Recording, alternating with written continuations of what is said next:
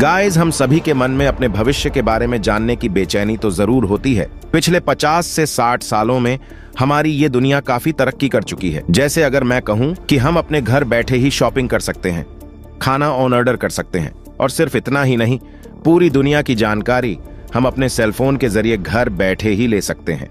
और ऐसे ही पिछले 50 से 60 सालों में हम लोगों ने काफी तरक्की कर ली है।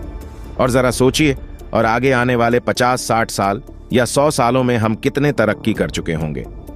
पर ऐसा नहीं है कि इस तरह इंसान को सिर्फ फायदा ही होगा, बल्कि हम इंसानों को काफी परेशानियों का सामना भी करना होगा। तो चलिए, हम आज की इस वीडियो में हमारे भविष्य में होने वाली कुछ टेक्नोलॉजी और कुछ परेशानियों के बारे में जानने वाले हैं। दोस्तों, सबसे पहले आपको मैं ये बताना चाहता हूं कि आने वाले कुछ सालों में ही हम अपने फोन के जरिए से दुनिया की किसी भी लैंग्वेज को अपनी लैंग्वेज में कन्वर्ट कर पाएंगे। और फैक्ट की बात यह है कि ये दौर अब आ चुका है और दुनिया के किसी भी कोने में किसी भी इंसान से उसकी भाषा में बात कर पाएंगे। फ्यूचर में आने वाली हमारी कार्स भी काफी तरक्की कर चुकी होगी और हमारे आसपास की mostly cars universal traffic system से भरपूर होंगी। मतलब ये है कि वे सिर्फ ट्रैफिक सिग्नल से कम्युनिकेट ही नहीं करेगी, बल्कि ये गाड़ियां अपनी आसपास चल रही गाड़ियों से भी कम्युनिकेट कर पाएगी, जिससे आपस में एक्सीडेंट होने के चांसेस बहुत ही कम हो जाएंगे। और इसी के साथ आने वाले कुछ सालों में 5 बिलियन से भी ज्यादा लोग इंटरनेट का इस्तेमाल करने लगेंगे। और ये आंकड़ा इतना बड़ा होगा जितना सन 1987 की दुनिया की पॉपुलेशन हुआ करती थी। और आने वाले 20 से 25 सालों के अंदर हमारी दुनिया की पॉपुलेशन लगभग 8 बिलियन हो जाएगी।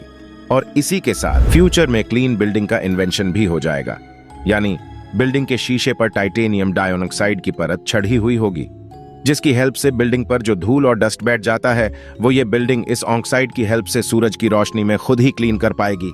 और उन बिल्डिंग की चमक कई सालों तक नई जैसी बनी रहेगी।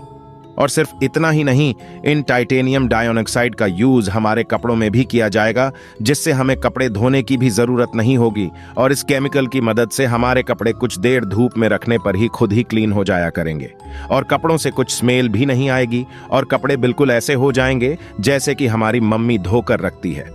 चलिए, अब और आगे जान लेते हैं कि आगे फ्यूचर में और क्या क्या होने वाला है।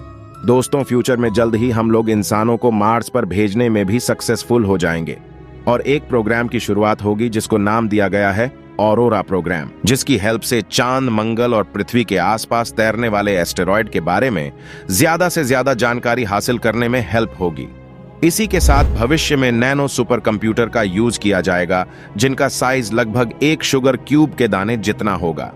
इसके अंदर नैनो पार्टिकल्स के तरल का संचार किया जाएगा, जिससे इस कंप्यूटर को चलाने के लिए किसी भी तरह के वायर की जरूरत ही नहीं पड़ेगी।